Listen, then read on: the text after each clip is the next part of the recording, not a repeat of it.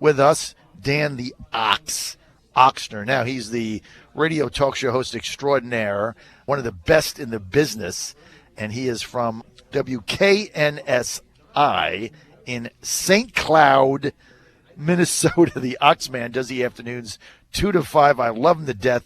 He's a very funny guy. We also played the clip that he sent me on David French.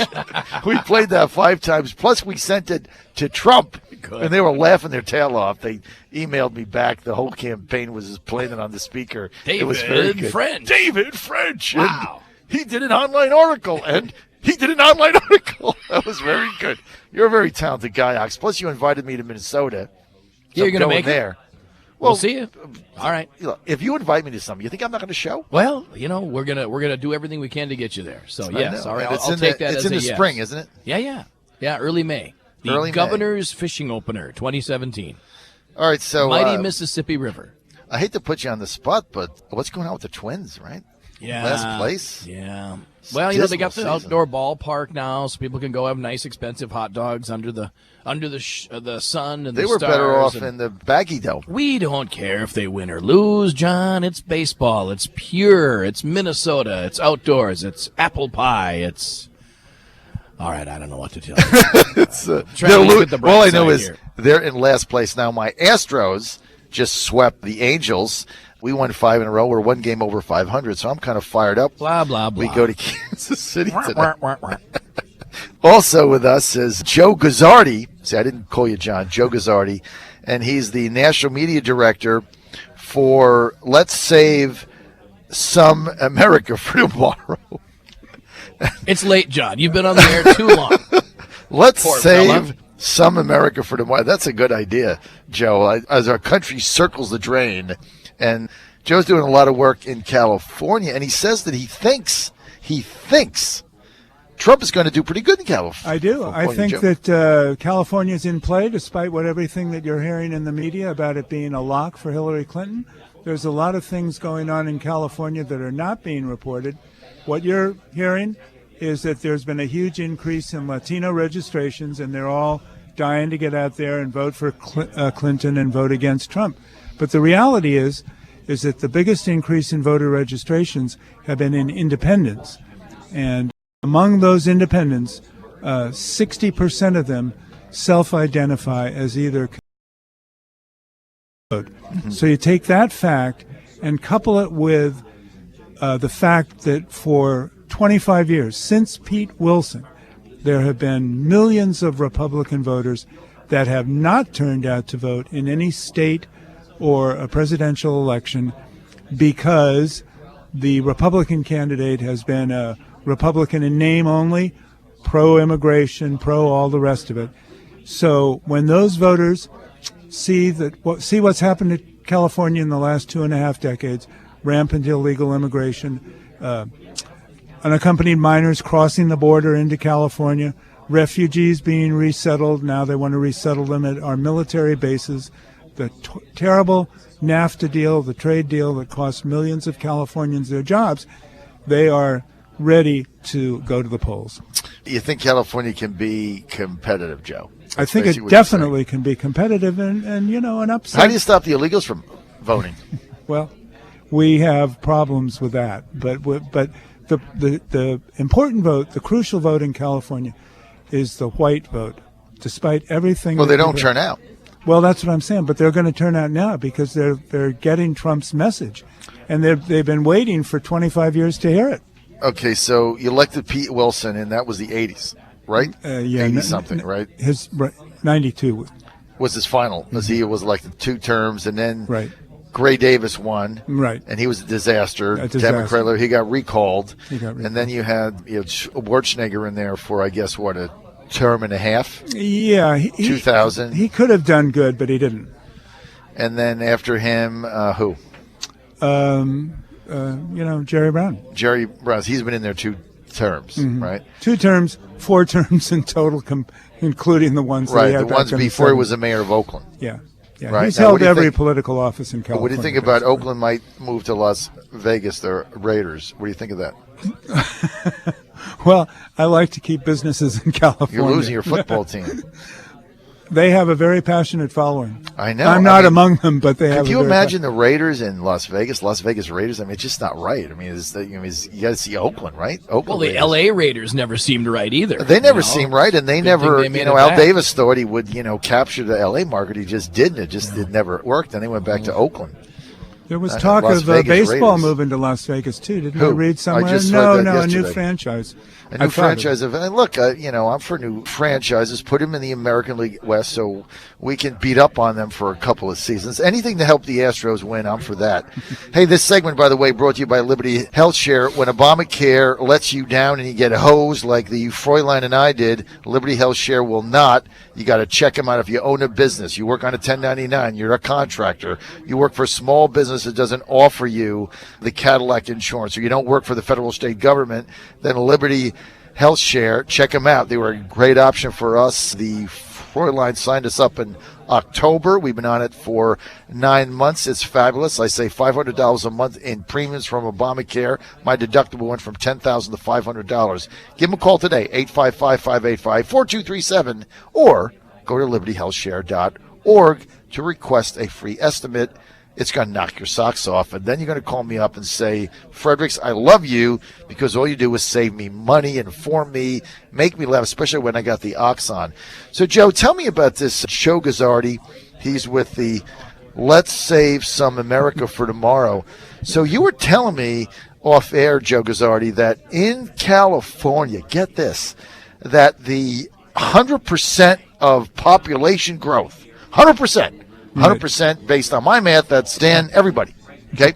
That's like Right? a doubling of the population. That's Isn't that amazing? doubling, 2x. It sounds crazy, doesn't it? All immigrants, illegals. What's the deal? We took the statistics from the Census Bureau and the statistics from the California State Department of Finance and crunched them. And what we learned was that between 2000 and 2010, the last complete decade, 100% of California's population growth came from immigrants and births to immigrants. So if you continue that line, that projection, which the Department of Finance has done, what that means is that by 2050, there's going to be 55 million Californians. We're at 39 now, pushing right up against 40, 55 million people. So if you have been to LA or San Francisco or San Jose anytime in the last couple of years, try to imagine what it's going to look like with 35% more people in those cities, 35% more cars, 35% more sprawl, more children enrolled in schools, and all the rest of it. They might have to add a lane on the freeway. Well, how will you fund the social services? I mean, Well, exactly. You know. Schools, water, I mean. Exactly, all of that. I mean, there's a historic drought.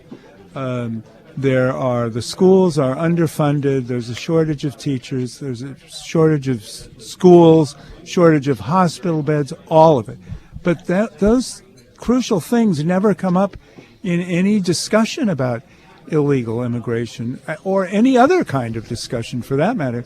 What comes up instead is Governor Brown welcoming the president of Mexico into Los Angeles and then saying, this is word for word, all Mexicans are welcome in California regardless of whether they're documented. That's where he's at. So what benefit? I mean, it's just, Well, it's mind-boggling that, I mean, obviously, the Obama administration is doing that. They're not saying it. Jerry Brown says it. At least he's honest. Honesty is the best policy. But, I mean, if you live in California and you're not a illegal citizen, you haven't broken the law, you're just working person trying to get through a day, raise your family. That statement he made, how does that help average people in California? How does that help them? Well, it doesn't. Of course, it doesn't at all. Neither saying it nor actually implementing it, which he does. He has absolutely no problem with this flow of illegal immigrants coming across the border. But that gets back to my original point. People hear that, then they hear what Donald Trump has to say about immigration, about building a wall, and those people will be driven to vote for Trump, I'm quite sure. That's going to be interesting. We're with Joe Guzzardi from Let's Save Some America for Tomorrow organization and the Dan Ochsner, the afternoon drive iconic radio talk show dominant figure in the Midwest, based in St. Cloud, Minnesota, Yeah. and heard worldwide, galactically. Yeah. Galactic. Yeah, on that internet device. That internet Amazing thingy, how that works. that I don't know thingy. if it's going to catch on. It's a fad, right? The WWW thing. It's a fad, but I think it's got legs. I think so. So, Dan, now in Minnesota, you've also got an immigration issue, right? I don't know if it's an immigration issue. It's a refugee resettlement issue. Resettlement. Very different issue, actually. Seedlings Yep. to nurture in your community. And a lot of these from Somalia, right? Yep. And in fact, you've got the biggest Somalian population now, percentage That's and numbers something. wise, in the country. Yeah, it's statewide. really something. It's a culture change completely. Yeah, we're following that from California too, and what we're saying is, hey, look, you better be cautious about what you want for in terms of resettling refugees in California, or we're going to end up like Minnesota. What's different? As far as the refugee Ox. resettling and the immigration, the refugee resettling, you're getting folks that are fleeing, if you will. You're getting folks that a lot of them might not necessarily have education. A lot of them don't have basic linguistic skills. Virtually none of them really have an understanding of the United States of America. My thought is, at least I like to romanticize and think that so many people coming here illegally from Mexico and other countries or through Mexico are coming for a better life for their kids and their family. Maybe they're cheating, maybe they're taking a shortcut and that sort of thing. But what you're seeing from these other countries is that they are fleeing and they really are just kind of like, hey, get me out of here anywhere. I don't care where I go. And they end up in the United States. So it's not a dream to come to the United States and open up a hardware store and employ their children, that kind of thing. It's a different mentality. And then when they get here, there is nobody saying, okay, now here's how you be an American. Instead, when they get here, they're telling us, here's how you accept these refugees. Here's how you allow them to break for their Muslim prayers. Here's how you allow them to have, 15 people living in an apartment. Your local ordinances be damned. We've had protests in our town at City Hall because our builders refuse to build apartments that'll hold 15 or 20 people. And that's against city ordinance. That's just, unhealthy for the way our standards are. Might be fine for their culture, but to have them come over, it's when worlds collide type thing. It's a real culture shock, and we're seeing it really difficult to manage because they're not being asked to assimilate. And it's, I blame us personally. I do not blame them. I blame us because we're not the ones insisting on it.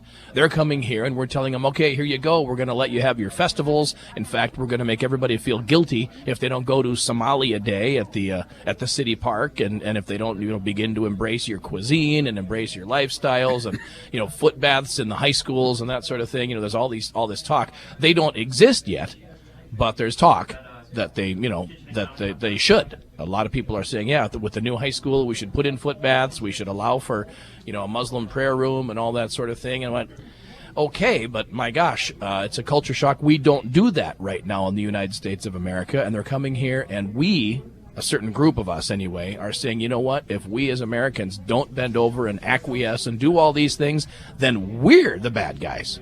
Then we should be ashamed of ourselves and ashamed of all of our 200 or 300 years of the way we've been living in this country. And that is what's rubbing a lot of people the wrong way, because gol darn it, we're the ones who built this country. This is our system. This is our deal. Come on in if you need to. We don't want you to get killed. But my goodness, where's this whole come on in and still maintain all of your culture and have us acquiesce to your ways mentality? I don't know where that's coming from. That's a new paradigm that, quite frankly, most of us, I think in Minnesota, certainly in my town of St. Cloud, cannot get our heads around. We just can't figure it out. I mean, we have the same thing to a lesser extent in California, but with the refugees and the immigrants, what we found is nothing is ever enough. You've got to go out and do all of the things that you were just talking about for the refugees, and you've got to hire bilingual teachers, and you've got to have special programs, and you've got to do this, that, and the other thing.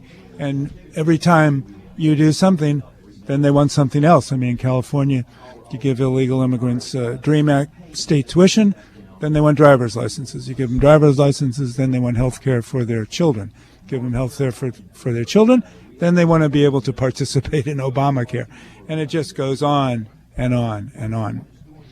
It's amazing what you both gentlemen said, and we're with Dan Ochsner. He's the iconic afternoon Drive talk show host across the Midwest, based in Why St. Cloud. Why do I feel like Mike Barnacle on Say MSNBC's Morning Joe? Galactic audience, and also Joe Guzzardi.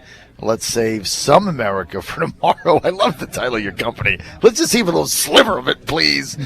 But, what you're saying, Mox, is it's so on spot, and people not in Minnesota not understanding this, that there's no effort for assimilation.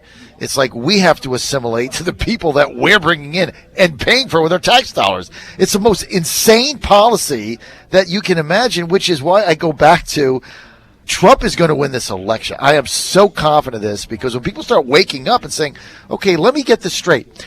I'm going to pay to bring in these refugees from Somalia. I'm going to use my tax dollars, my hard-earned money, of which I've got stagnant wage growth anyway, and I'm going to pay to bring them over. Then I'm going to pay to put them up. Then I'm going to pay to feed them. Then they're going to take my jobs. Then they want me to assimilate to their culture, of which I'm paying for everything they do. I don't have any money. They are getting everything. And now I have to acquiesce to them. And I'm paying for I'm fronting the whole thing. And they're taking my jobs. It's the most insane policy thinkable. What's the objective of it? David Vitter from Louisiana, he said Obama wants to transform America and turn it into a third world style country and have millions and millions and millions of permanent Democratic voters, because they're giving them something. And so they'll never destroy the Republican Party forever, change it, America. There's no other explanation to what's happening to you in Minnesota. There's no rational explanation. We're out of time. Trump should endlessly repeat his question. In what way is this good for America? Just keep saying that, and that will bring out the voters, I'm sure. Just say it over and over again. How does this benefit you driving to work right now, trying to figure out how you're going to get through this weekend? Hey, we're out of time. I want to thank the Ox for being with us, and we'll be right back at you on the John Fredericks Radio Network.